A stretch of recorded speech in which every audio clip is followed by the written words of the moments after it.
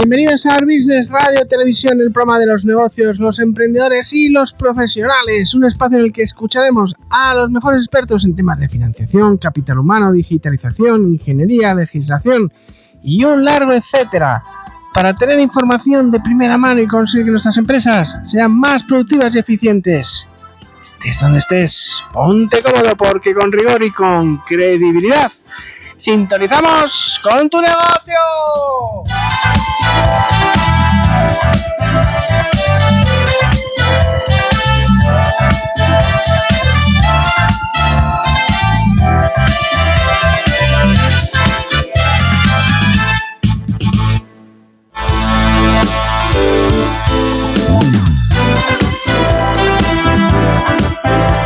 ¿Cómo estás?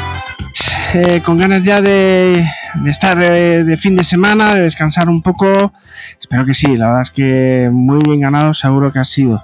De momento tenemos este ratito en Business Radio Televisión para escuchar a expertos y bueno, pues obtener de primera mano pues unas pinceladas para gestionar mejor nuestras empresas.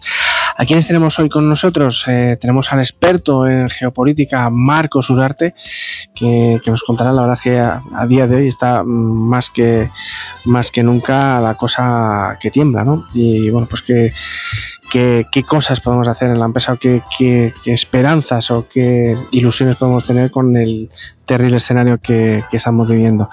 Tenemos a Juan Mateo también, que saben que él lleva la sección de Story Training, de gestión de empresas en nuestro Business Radio Televisión. Y tenemos ya por aquí con nosotros a Cristina Delgado de Women in Retail. Cristina es buena amiga del programa, ha estado ya varias veces aquí y bueno, lo está petando con esa nueva, ya lleva ya casi un año o así, o cerca de un año, ¿no? Ya...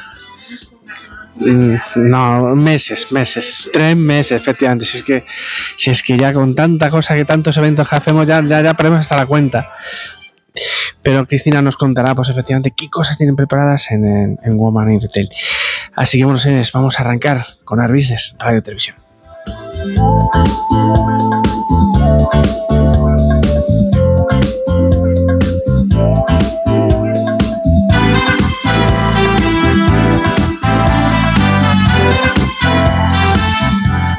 Empezamos con Marcos Ugarte, que es un lujazo tenerlo aquí con nosotros. Él siempre está para arriba y para abajo, va de América para Europa, Europa para América, dando conferencias, charlas, cursos. Y bueno, pues un lujo que nos ha podido atender hoy en Business Radio Televisión. Don Marcos, ¿está usted ahí? Sí, muy buenas tardes y recién aterrizado desde Montevideo. Qué bueno. O sea, que ya por lo menos ya el fin de semana ya por lo menos aquí en casa, como Dios manda, claro que bueno, sí. Tampoco, porque este domingo tiene algo, una especial ilusión. Tengo que ir a Logroño porque para mí es un honor increíble, porque la Guardia Civil me entrega pues una medalla al mérito, ¿no? Sí. Entonces, es decir, este año la fiesta un poco de gala se celebra en Logroño, así que el domingo para Logroño. Bueno, yo tengo que contar a los oyentes que Marcos Ugarte, coincidimos, estamos en un grupo de WhatsApp, de esos que tantos tenemos, y alguien puso una noticia de Marcos Ugarte y todo el mundo pues felicitando. La verdad es porque lleva muchos años siendo una absoluta de absoluta relevancia en el ámbito de la geopolítica. Más que nunca es momento de analizar esa geopolítica, esa situación que estamos viviendo, ¿no, Marcos? Sí, es decir, por supuesto, yo hace años de alguna forma me dedico profesionalmente bastante a este tema. Formo parte del grupo de reflexión estratégica del Estado Mayor de la Defensa de España. Y ahí, como es obvio, lo que hacemos es trabajar temas de prospectiva a nivel de país. Y yo lo que hago es todas esas metodologías, esos conocimientos, los traslado al mundo de las empresas. Pero una de las conclusiones del foro de Davos, que también he sido el representante español en una comisión, es que hasta ahora la economía condicionaba la geopolítica y ya a partir de ahora la geopolítica está condicionando a la economía. La verdad es que a día de hoy nos hemos acostumbrado al tema de Ucrania, pero ¿cree que en algún momento dado esto puede girar y acercarse cada vez más a Europa? Bueno, yo la verdad es que yo creo que no. Creo que es un conflicto muy localizado incluso ya ahora hace meses en que las posiciones están tremendamente estancadas, con lo que yo, es decir, no creo que el conflicto se extienda más allá, ¿no? Pero realmente yo creo que lo importante es entender que el conflicto de Ucrania y otros conflictos que en este momento estamos viviendo están formando parte de una gran partida global. Uh-huh. Entonces, en ese enorme tablero de ajedrez que es el mundo, hay 3 jugadores, pero al final van a quedar 2, y el tema de Ucrania es una partida más, de alguna forma, de esta enorme partida de ajedrez. Rusia, quizás a lo mejor tienen ellos mismos una visión como que fueron muy grandes hasta hace poco, relativamente fueron poderosos, y no les gusta tener ese papel secundario en el cual se han visto envueltos en las últimas décadas. ¿Es posible que venga un poco de ahí? A ver, la verdad es que, tal como acabas de decir, Rusia no es un país, no es una nación, sino es un imperio, por extensión y por imperio. Sí. Entonces, realmente, después de la Segunda Guerra Mundial, cuando en 1989 cae el muro de Berlín y en 1991 se descompone la Unión Soviética, la Unión Soviética y después Rusia, realmente pues cae en una situación tremendamente complicada. Cuando sube al poder Putin es capaz de recobrar el orgullo del imperio ruso, y quiere cobrar su papel en ese, de alguna manera, en ese tablero mundial. Claro. Entonces, realmente, pero yo creo que no hay que menospreciar ni muchísimo menos lo que es el poder de Rusia, porque Rusia realmente está muy posicionada en otras partes del mundo. Lo único que nos ocurre es que solemos tener una visión muy eurocéntrica del mundo. Claro. Nos creemos que somos el centro, el ombligo del mundo, y ya la verdad es que eso ya ha dejado de ser así. Claro. ¿Y cómo ve usted precisamente hablando de la Unión Europea, el papel de la Unión Europea en los próximos conflictos, sabiendo que efectivamente entre India y la China pues van a tener 2.000 y pico millones de habitantes, la potencia de Estados Unidos que sigue ahí, y quizás algún que otro gran país de otras zonas que efectivamente pues que están creciendo, ¿no? Quizás como muy bien dice Marcos, quizás a lo mejor Europa está abocada pues a tener un papel secundario ya de aquí en adelante. Lamentablemente yo creo que sí, digo lamentablemente. En este momento el mundo se está fragmentando, y cuando hace unos meses yo me preguntaba yo mismo en cuántos bloques, yo decía que en 3 bloques, pero me he dado cuenta que era más una ilusión que una realidad. Yo creo que el mundo se va a fragmentar en 2 grandes bloques, un bloque liderado por Estados Unidos y un bloque liderado por China, y lamentablemente Europa, que a mí me hubiera gustado que hubiera liderado otro bloque, va a formar parte del bloque de Estados Unidos. Claro. Esto no quiere decir bajo ningún concepto que debería formar parte del bloque de China, ¿no? Pero sí que me hubiera gustado que hubiera liderado un bloque. Yo creo que Europa se está convirtiendo en irrelevante. Uh-huh. Incluso muchas veces lo definimos como un vagabundo estratégico, y realmente pues su papel, repito, por desgracia, carece más secundario. Solo tenemos que ver muy recientemente lo que ha pasado en algunos países del Sahel, tanto en Mali, Burkina Faso y como Níger, etcétera, como Francia ha sido expulsada. Con lo que realmente vemos cómo Europa, los países de Europa están siendo expulsados, y esos huecos son ocupados por otras potencias. Y Marcos, si esto ya le pasa a Europa, ¿cómo se le ocurre al Reino Unido salir de la Unión Europea? Porque te quedan más solo aún. Bueno, ellos siempre tienen mucho más cercano a Estados Unidos, pero bueno, quizás es como quedarse muy solos, ¿no? Sí, ya hay una parte muy significativa del pueblo, de alguna manera, de Gran Bretaña, que de alguna manera ni estaban de acuerdo y se arrepienten de haber salido. Sí. Yo creo que eso solo ha hecho que debilitar tanto a Gran Bretaña como a Europa. Entonces, realmente, yo creo que Estados Unidos, un país al que yo admiro por muchas cosas, hay otras que no me gustan tanto, pero yo creo que Estados Unidos siempre lo ha dejado muy claro, siempre ha dicho de que no tiene aliados, sino tiene intereses. Es decir, entonces, de Estados Unidos, todo país puede ser un aliado coyuntural temporal. Pero realmente yo creo, de alguna forma, que el pueblo británico, todavía hay una parte del pueblo británico que se siguen considerando un imperio, y realmente yo creo que en ese tablero de ajedrez, realmente pues para Estados Unidos, pues Gran Bretaña pues podría ser un alfil, una torre, un caballo, etcétera. Pero yo creo que realmente ha debilitado tremendamente tanto a Gran Bretaña como a Europa. Y esto siempre nos tenemos que preguntar quién gana con este debilitamiento. Claro. Y Marcos, si China se pusiera a sacar los tanques y los soldados, con 1.000 y pico millones de chinos, esto ya sería el acabose, ¿no? Mejor que estén así, sin dar mucha guerra, que sigan comercializando y haciéndose los dueños del comercio mundial, porque efectivamente, como se pusieran...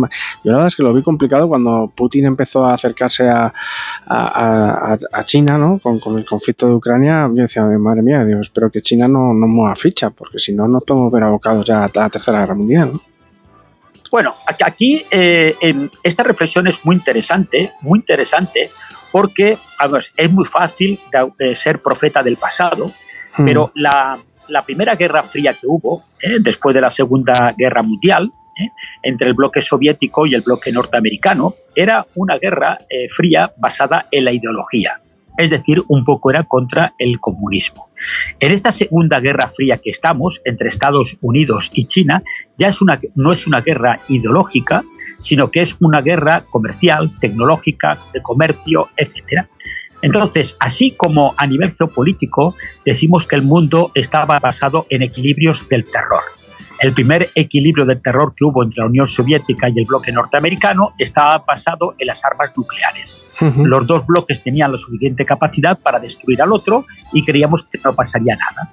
Ahora, este nuevo equilibrio del terror no está basado en las armas nucleares, aunque sigan teniendo armas nucleares, sino, repito, en la economía, el comercio, etc. A este nuevo equilibrio del terror yo le he llamado la codependencia destructiva. ¿En qué sentido? No podemos destruir la economía china, porque destruir la economía china sería destruir la economía del mundo, claro. Y no podemos destruir la economía norteamericana porque sería destruir la economía del mundo. La economía es tan interdependiente que es imposible destruir a una sin destruir a la otra. Claro. China, y tú lo has dicho, China son mucho más comerciantes que comunistas. Es decir, realmente ellos hoy por hoy, bajo ningún concepto, están buscando el conflicto. Lo único que de alguna manera también es cierto de que se están preparando para el conflicto, están ganando tiempo. Y realmente yo creo que si hay un punto caliente que nos debería preocupar, es el mar oriental de China. El mar oriental de China, porque China lo considera como una especie de mar interior. Y hay que tener en cuenta que por el mar oriental de China pasa aproximadamente el 40% de la comercio mundial. Luego, cualquier conflicto, aunque fuera de baja intensidad en ese mar, realmente podría colapsar la economía, cosa que espero que no ocurra. ¿No le da miedo, Marcos, Corea del Norte? Ese país no. que no sabemos verdaderamente lo que pasa nunca ahí. Bueno, no, es decir, a mí personalmente, si volvemos al tablero de ajedrez, Corea del Norte pues podría ser otra pieza en ese tablero, en ese tablero. Y hoy por hoy quien maneja esa pieza, pues podríamos decir que es tanto Rusia como China.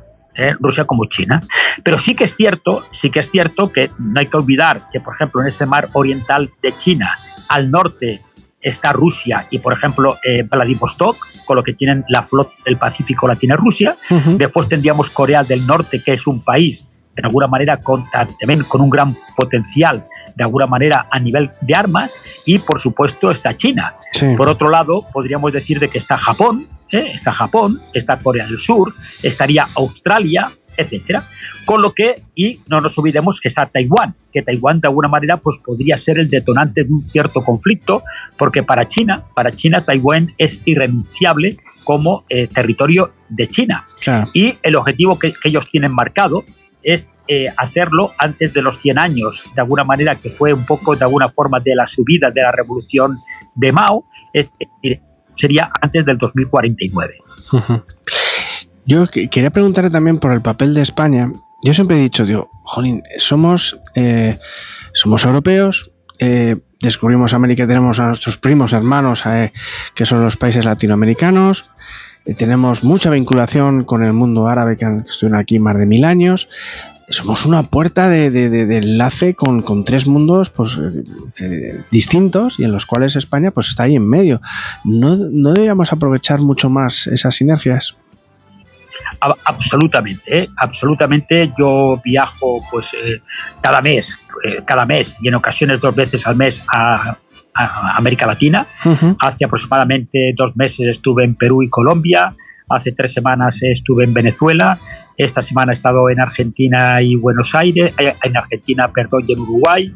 Dentro de 10 días me voy a México y antes de final de año pues tengo que visitar Chile, Dominicana, Ecuador, etcétera, ¿no? Uh-huh. Realmente yo creo que en América Latina España lo jugó un papel importantísimo.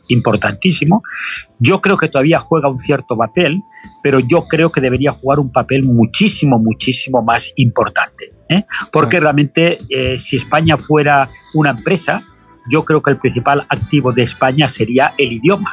Es decir, yo creo que el idioma español es el principal activo de España. Y eso nos debería dar una ventaja tremendamente competitiva, uh-huh, de alguna manera, en toda aquella región. Claro. Y también en los países árabes. Es decir, aunque ahora esté de alguna manera muy mal pues hablar del rey emérito, de alguna forma, uh-huh, realmente pues el rey emérito consiguió tener unas extraordinarias relaciones con algunos de los países, tanto Marruecos como Arabia Saudí, etcétera, y esto pues facilitó que algunas de las empresas españolas pudiesen, claro, hacer proyectos absolutamente emblemáticos, ¿no? Sí. Luego, nuestra ubicación geográfica es una ubicación absolutamente envidiable. Sí. Lo único que yo creo, de alguna manera, desde la humildad, desde la ignorancia, que el problema que tenemos es que no tenemos como una estrategia realmente clara. Claro. Y posiblemente demos demasiados bandazos. Uh-huh. Y yo creo que nos faltaría tener esta estrategia como país. Claro.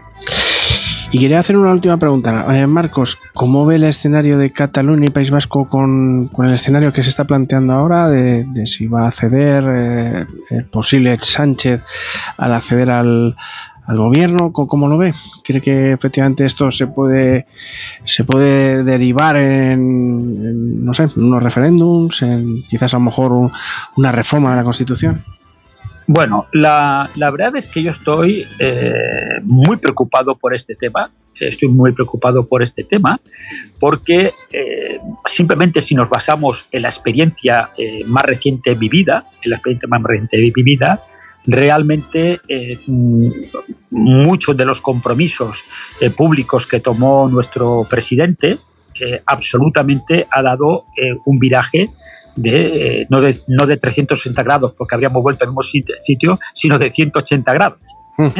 Ha dado un viraje, con lo que a mí, repito, desgraciadamente, los compromisos que ahora se están hablando de que no ocurrirá, etcétera, me dan muy poca credibilidad. Claro. Muy poca credibilidad. Pero si tú antes has hablado, con toda la razón, de que el tema del Brexit había debilitado pues a Gran Bretaña, claro, y a Europa, lo que a mí realmente me sigue maravillando es que sigamos sin aprender nada, sí, de los posibles errores de otros. Sí. Al final, es decir, Europa es una Europa pensada para los países, ya bastante fragmentada está Europa, como para que incluso los países se fragmenten, ¿no? Claro. Con lo que a mí realmente es una situación que me preocupa muchísimo, y repito que por desgracia, pues nuestro presidente actual a mí me merece muy poca credibilidad. Claro. Pues Marcos, esta es su casa. Volveremos a abusar de su confianza cuando pase un tiempo para volver a analizar esa situación en la cual estamos viviendo, que esperemos que efectivamente no derive en situaciones peores. Marcos Uriarte, un verdadero experto en geopolítica de nuestro país. Un lujo haberte tenido aquí con nosotros. Muchísimas gracias y siempre a vuestra disposición. Un fuerte abrazo. Gracias. Muchas gracias, Marcos. Un abrazo. Elmundofinanciero.com.